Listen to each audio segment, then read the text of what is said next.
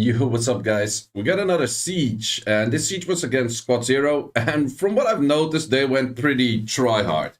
So this team I normally counter with, well, pretty much whatever you see here. My Leo is pretty high defense, so it got defense broken, and it's also close to like 82 or 88 resistance. So I was like, whoa, that thing got armor broken. That's kind of a something. So I guess this was a Leo counter of sort. But you could also see that this Wrath had very low HP, so I kind of expected it to be like maybe on a rage build or something like that. I'm not entirely sure, but that is pretty interesting. So yeah, as I've said before, most of the defenses that do work in pretty high siege, mostly trap defenses. And Squad Zero had quite a bunch of trap defenses out there, so we will see a bunch more. And also we can see that this Feng Yang does not need the Leo, he's still OP. Next one with my most typical team, but also once again the trap defense. A Swift Sylvia?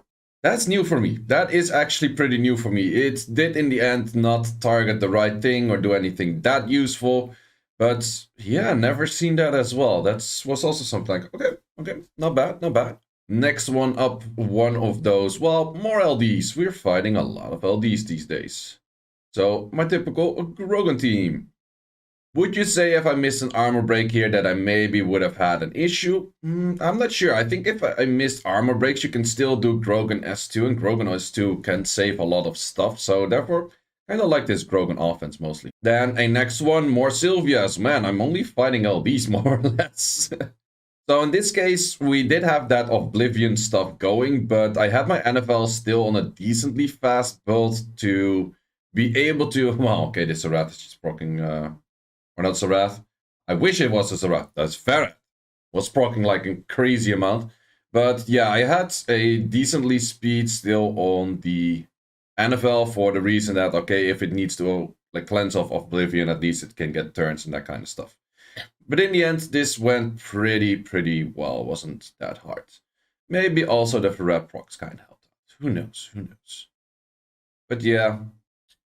At some point, it gets kind of hard to keep countering these things with all of the Sylvias. Because you run out of Leos. That was my second Leo already. I do have two Leos. One is skilled up, one is not skilled up. I'm thinking about skilling up the second one. This one was also interesting. Like, okay, is Nora's unruined? That is pretty interesting. Oh wait, the next one that comes up is funny. You gotta watch this one. This one is going to be good.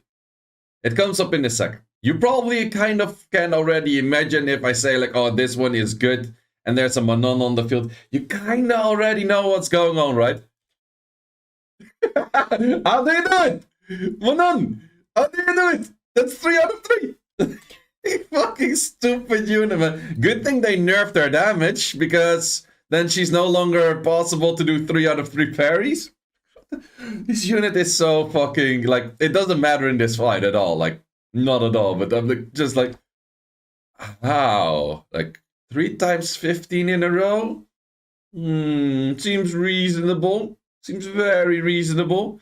So in this case, actually, yeah, it's kind of a struggle of healing because I used Seimei, and Seimei is normally good against Nora, and Nora just pretty much heals the whole team.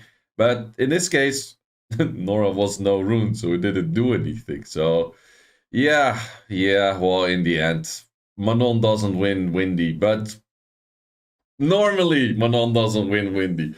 If you go for the triple parry 2 times in a row, you might actually get anywhere. No, I still don't think you break the shield, and there's still like a Seimei on the field. But yeah, that was a typical Manon.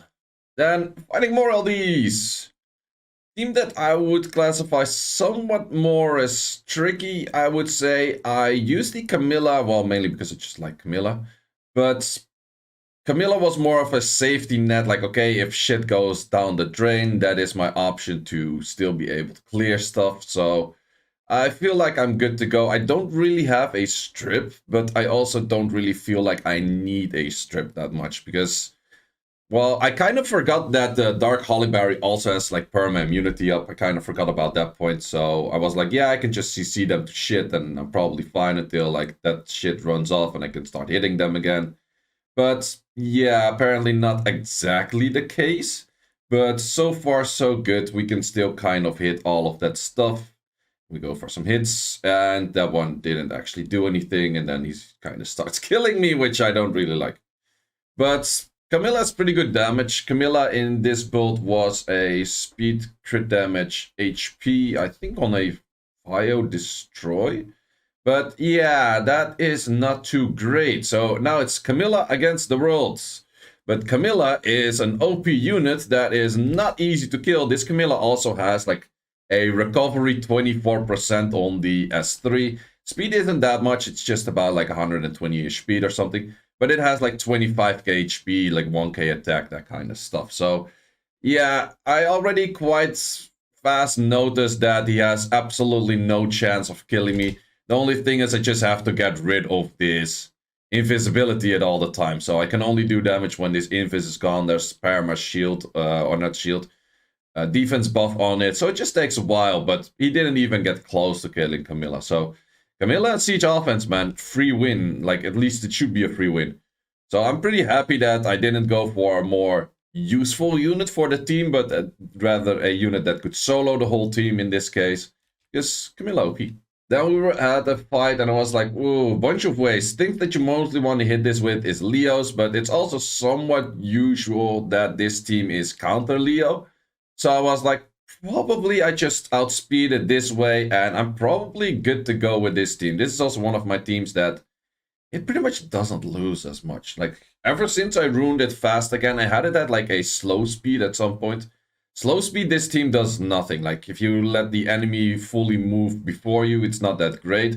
But this team has kind of like everything. Like, it sees you to death, it has some healing.